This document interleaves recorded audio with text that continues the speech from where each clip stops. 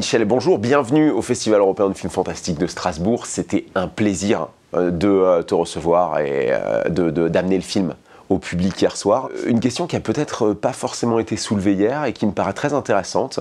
Le film s'ouvre sur une scène en lien avec la foi catholique, qui est dans ton film en lien avec l'enfermement familial. Et il se termine par une scène qui est à l'inverse, une scène de rite païen, qui est une question de libération. Oui, en fait, c'était important d'ouvrir le film avec ce personnage écrasant qui est en fait la vision qu'on impose aux femmes et qui est représentée par cette Vierge de Guadalupe qui est notre Vierge au Mexique et cette figure qui dit que pour devenir femme, il faut forcément passer par la maternité, ce rôle de prendre soin des autres, et c'est ce que la première scène veut dire. Et c'était important de montrer le voyage en fait d'une femme qui, comme Valeria, à travers ce rituel final, réussit à briser ses chaînes et à s'éloigner de ce rôle qu'on veut, que la société veut imposer aux femmes, de remplir forcément ce rôle de mère.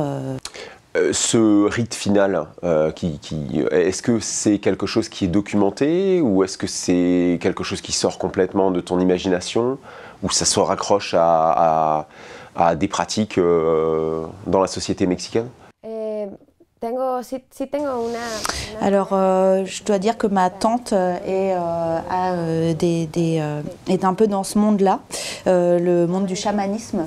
Donc, non seulement il y avait ce lien et cet aspect que je connaissais par elle, mais on s'est aussi beaucoup renseigné pendant le film et pour notamment utiliser et montrer des objets qui sont vraiment utilisés dans des pratiques chamaniques.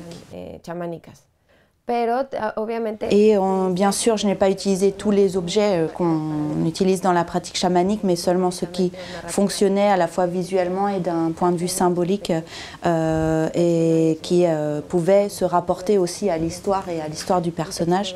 Et notamment, il y a ce texte de Gloria Anzaldúa que lisent les sorcières. Le film utilise la grossesse comme finalement un point pivot pour susciter ce désir de libération du personnage.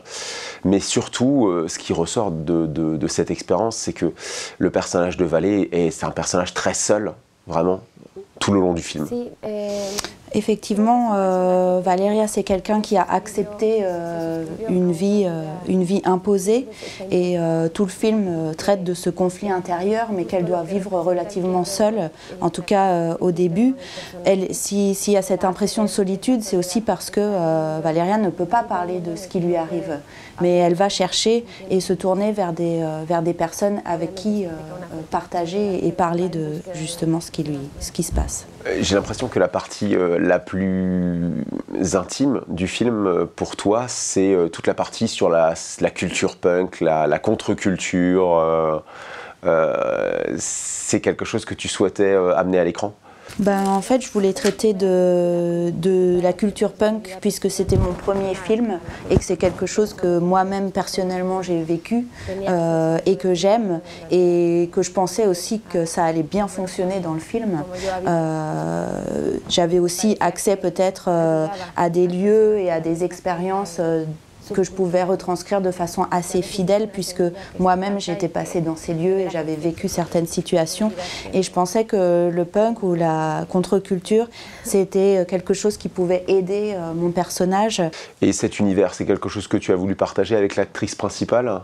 Ou c'est quelque chose qu'elle connaissait déjà? Alors l'actrice principale ne connaissait pas forcément cette culture-là, mais elle était très curieuse, on en a beaucoup parlé et au fur et à mesure elle me demandait des conseils de groupe à écouter et elle s'est mise à écouter plein de choses aussi.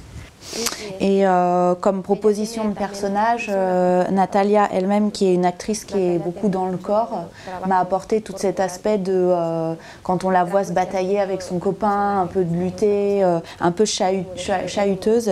J'ai trouvé que cet aspect qui lui appartenait à elle correspondait bien à une personnalité punk, donc on les a incorporés.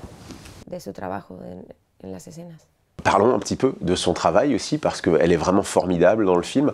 Est-ce que c'est quelqu'un avec qui tu avais déjà travaillé, peut-être, au fil de tes courts-métrages? Et ça doit être complexe pour une actrice sur un rôle aussi physique de s'abandonner à ce point. Eh bien, c'est la première fois que Nathalie a joué dans un de mes films.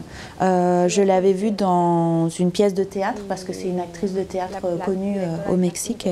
Et en fait, c'est la directrice de casting qui joue une des sorcières dans le film qui m'avait proposé voilà, cette actrice. Et ce qui était assez étonnant et assez intéressant dans le travail avec Natalia, c'est que en fait, c'est une actrice qui domine complètement et qui déploie voilà, tout son talent dans les scènes compliquées. Elle s'en sort vraiment très bien, notamment quand à l'arrivée de la huesera. En tout cas, dans toutes les scènes intenses, il y a quelque chose qu'elle domine absolument, mais par contre, là où on avait plus de soucis, c'était dans les scènes du quotidien. C'est celles qu'on a tournées le plus de fois, sur lesquelles on s'interrogeait le plus.